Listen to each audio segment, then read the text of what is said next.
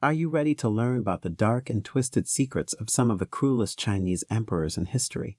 From ruthless acts of violence to extreme punishments, these rulers have left a lasting legacy of violence and terror that still haunts us today. Get ready to delve into the histories of these despots and discover the horrific acts they committed to stay in power.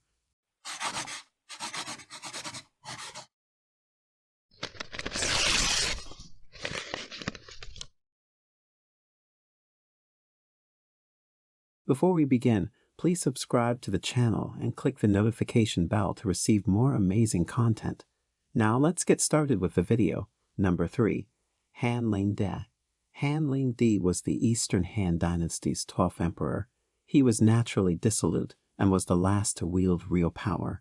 He ignored state affairs and overindulged in women. What's worse is that during his reign, the court came to be dominated by eunuchs, the worst of which was the despised Zhao Rang.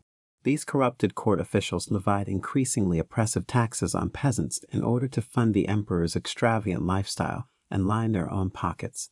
Han also approved of the practice of selling political offices for money. This irreparably harmed the Eastern Han dynasty, which was already on the verge of collapse. Without a doubt, Han Ling's actions contributed significantly to the fall of the Eastern Han dynasty. His heinous policies enraged and empowered various warlord and politician factions, with open conflict erupting shortly after Han Ling's death.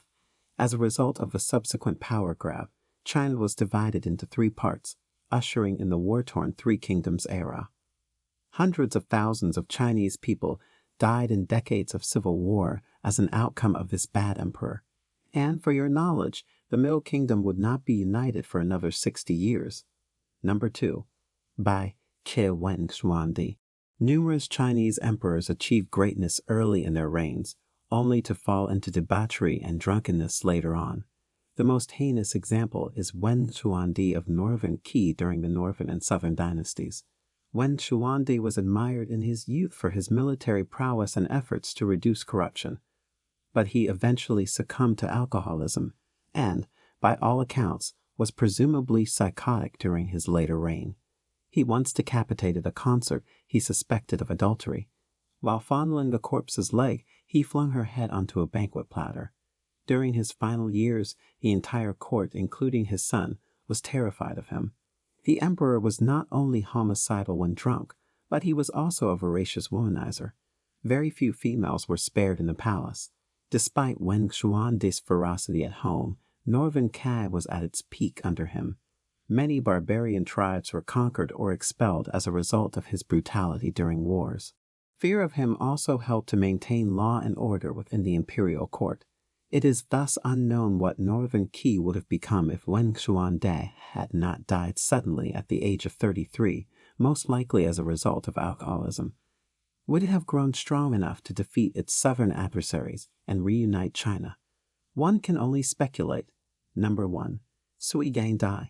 The second emperor of the short-lived Sui dynasty appears in any book about terrible Chinese emperors, and his crimes are numerous.